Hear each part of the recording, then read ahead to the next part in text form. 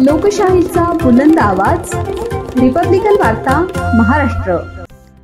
Phulambri police Thane हद्दीत जिल्हा ग्रामीण गुन्हे शाखा पोलिसांनी जुगार अड्ड्यावर धाड टाकून 24 प्रतिष्ठित जुगारी पकडले।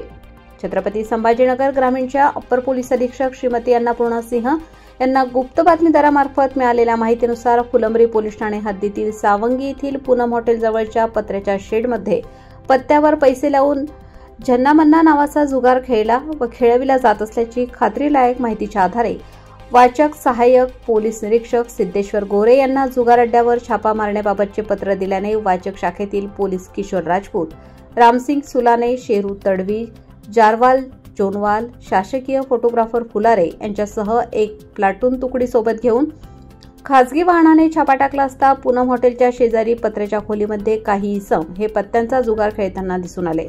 त्यातील 5 ते 6 जण पोलिसांना पाहून पळून गेले।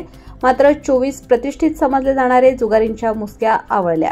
त्यांच्या ताब्यातून 1,63,200 रुपये नगदी, 15,000 रुपयांचे खेळण्याचे साहित्य, 2,20,000 रुपयांचे मोबाईल फोन तसेच 8,40,000 रुपये किमतीची वाहने असा एकूण 12,38,200 रुपयांचा मुद्देमाल पंचांसमक्ष पंचनामा करून जप्त करण्यात आला। नमूद जुगार रेड प्रकरणी आरोपी विरुद्ध सहाय्यक पोलीस निरीक्षक सिद्धेश्वर गोरे, वाचक अप्पर पोलीस अधीक्षक छत्रपती संभाजीनगर यांच्या फिर्यादीवरून फुलंब्री पोलीस ठाण्यात गुन्हा रजिस्टर नंबर 433/2025 कलम 4(5) महाराष्ट्र जुगार प्रतिबंधक अधिनियम अंतर्गत गुन्हा दाखल करण्यात आला आहे। सदरची कारवाई जिल्हा ग्रामीण पोलीस अधीक्षक doctor Vinaykumar Rathod, upper police अधीक्षक श्रीमती अन्नपूर्णा सिंह यांच्या मार्गदर्शनाखाली करण्यात आली आहे।